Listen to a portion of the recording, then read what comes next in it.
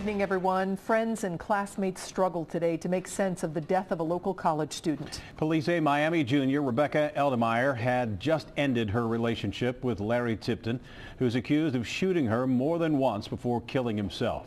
She called 911 the night before he shot her. We just got a copy of that recording.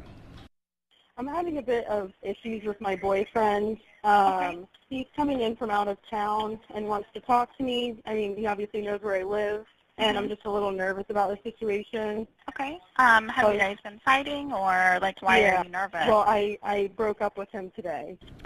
Local 12's Larry Davis spent the day in Oxford working to learn more about this murder-suicide. He joins us now live. Larry?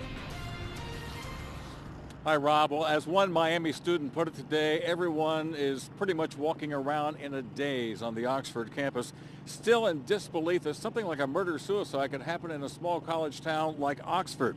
Well, today we learned a little bit more about what led up to that tragedy.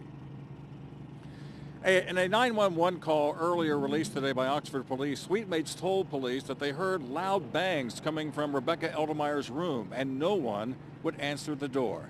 Eldemire's ex-boyfriend, Larry Tipton, whom she had broken up with just hours before, had spent the night there. Earlier, Eldemire had called police to say that he was coming down from Columbus. Police intercepted him in the parking lot, but Eldemire later told them outside her apartment that all was fine and they could leave. After the 911 call from the suitemates, police found both Eldemire and Larry Tipton dead of gunshot wounds. Local 12 News obtained search warrant affidavits from Franklin County Municipal Court today showing what police recovered from Tipton's Columbus area home. Among the items found, a suicide note, ammunition, and gun cases. Police also say they found a revolver at the scene and 5 shell casings.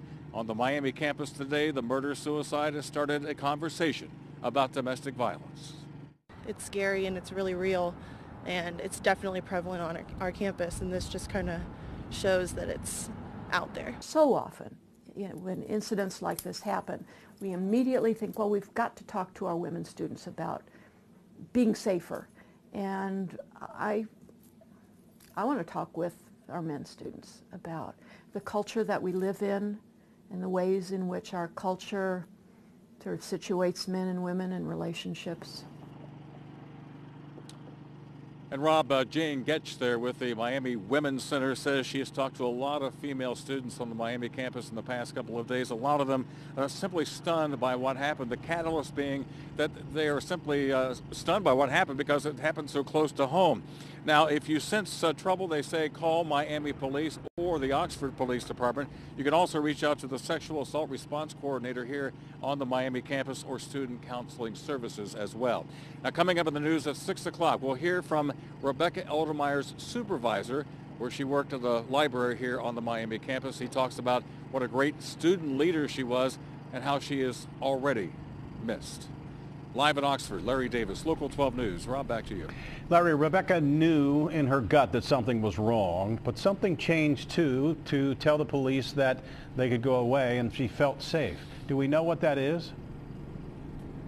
Well, she said in that 911 call, later in that call, she said that she broke up with him earlier that day, which would have been Saturday night, I believe, and that he got violent. But the dispatcher asked if he had hit her, and she said no, she not hit her, and there was never any previous indication of any kind of violence or trouble in the past.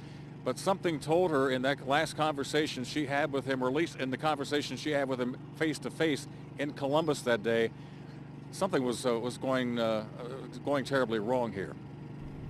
Larry Davis, thanks very much. A background check of Tipton had no criminal history.